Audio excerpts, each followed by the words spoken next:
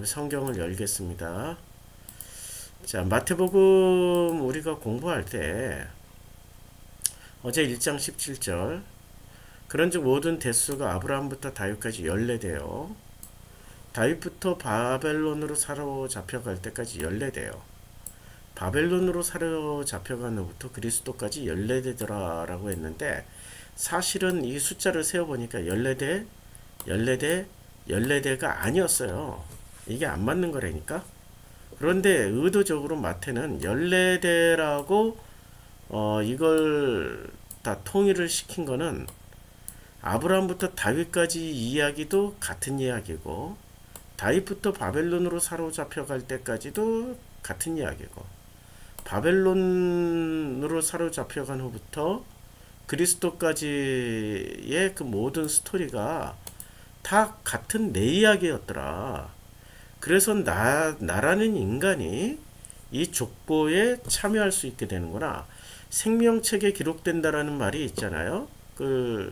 뭐 생명책이라는 말이 신약 성경에 보면 아마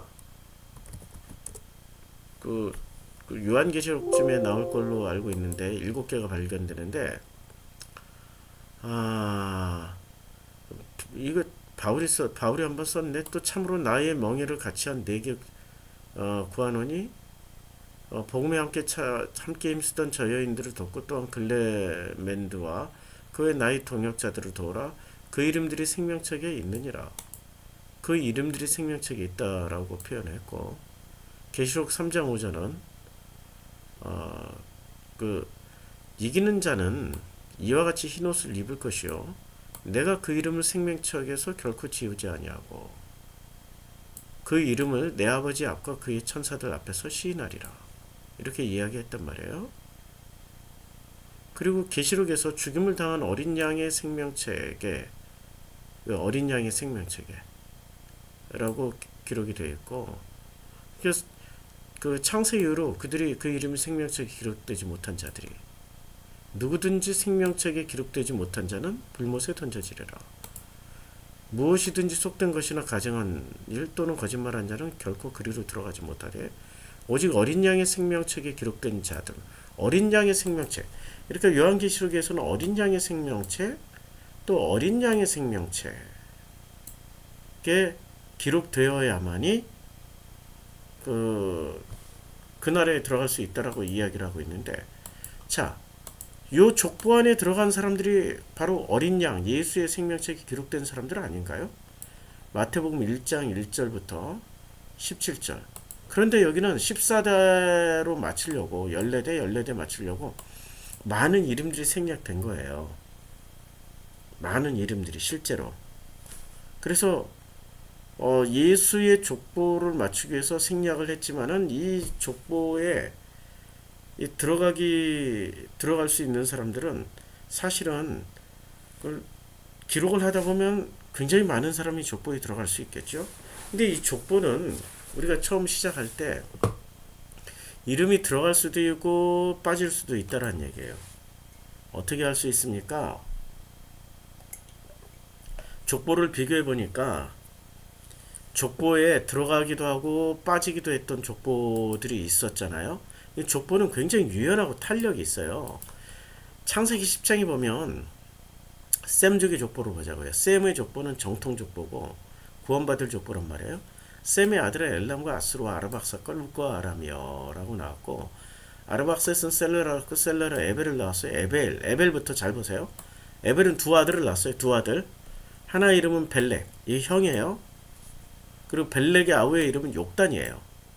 그리고 창세기 10장에서 욕단은 알므다과 셀렉과 이게 전부 다 지금 욕단의 그 족보예요. 이 10장 26절, 27절, 28절, 29절 이게 전부 다 욕단의 아들이며 욕단을 중심으로 해서 썼어요. 그런데 창세기 11장으로 넘어가니까 똑같이 에벨은 이제 에벨 아까 에벨 잘 눈여겨서 보라고 그랬죠. 에벨은 34세에 벨렉을 낳았어요. 벨렉만 언급하지 누가 안 나와요? 아들 지금 둘을 낳았는데 벨렉과 욕단이라고 그랬는데 벨렉만 나오지 욕단은 등장하지 않는다고. 벨렉을 나오는 430년을 지남에 자녀를 낳고 이렇게 벨렉의 이름만 나와. 그러니까 족보라는 거는 넣을 수도 있고 뺄 수도 있고 필요에 따라서 족보는 들어가기도 하고 빠질 수도 있고 넣을 수도 있고 뺄 수도 있단 말이에요. 그러니까 족보는 굉장히 탄력이 있다고. 어떤 관점에서 하느냐에 따라서 달라질 수도 있단 말이에요. 그리고 실제로 12지파의 족보를 보면 원래 야곱의 12아들들을 통해 가지고 12지파가 형성된다라고 우리는 생각하고 있었는데 12지파에서 두 사람이 빠져요. 누가 빠지죠? 요셉이 빠지고 레위가 빠져요. 그리고 그 자리에 요셉의 아들 에브라임과 므낫세가 들어갑니다. 아니 목사님 민수기나 다른 데 보면은 레위 족보 들어가는데요. 레위가 들어간 레위는 12족보에 안 들어가고 13지파, 13지파로 들어가요. 그래서 레위는 모든 12지파에 골고루 흩어져서 살게끔 돼 있어요. 땅을 배분받지 않고. 그러니까 벌써 족보가 야곱의 12아들들로 12지파가 형성될 줄 알았더니 그렇게 안 되고 또 계시록에서는 그 중에서도 또 단지파가 또 빠져요. 참 희한하죠. 족보는 들어가기도 하고 나가기도 하고 빠지기도 하고 더해지기도 하고 수정 첨삭이 가능하다는 얘기야. 그러니까 생명책이라는 게 우리는 죽어서 들어가서 기록되어지는 게 생명책이라고 생각하고 있었는데 아니에요. 우리가 여기 이 족보를 읽다 보니까 유달과 다말의 이야기가 내 이야기였네. 와 라합의 이야기가 내 이야기였고 다윗과 우리아의 아내의 이야기가 내 이야기겠네. 이러다 보니까 우리는 이걸 공감하는 순간 어떤 일이 벌어집니까? 공감하는 순간 우리가 이 족보에 들어갈 수 있다라는 거예요. 우리가 이 족보에 들어가고 우리가 이 족보에 들어가는 순간 우리는 한마디로 말해서 생명책에 기록된다는 얘기예요. 그게 생명책에 기록되는 거죠. 그게 은혜입니다. 그러니까 요한계시록에서 말하고 있는 생명책은 어린 양의 생명책이니까 예수의 생명책.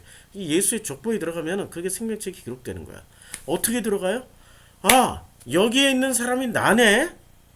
다윗 이야기가 내 이야기네. 유다 이야기가 내 이야기네. 이러면은 우리가 생명책이 이미 들어가 있다라는 거지. 자, 그래서 14대 14대라는 게 14으로 읽지 말고 내 이야기네, 내 이야기네, 내 이야기네 이렇게 읽으란 얘기예요. 그러니까 내 이야기를 읽다 보니까 예수 그리스도의 나심은 이러하니라를 나라는 인간이 이렇게 해서 거듭나기 시작했네, 다시 태어났네. 이런 놀라운 일이 벌어질 수 있는 거죠.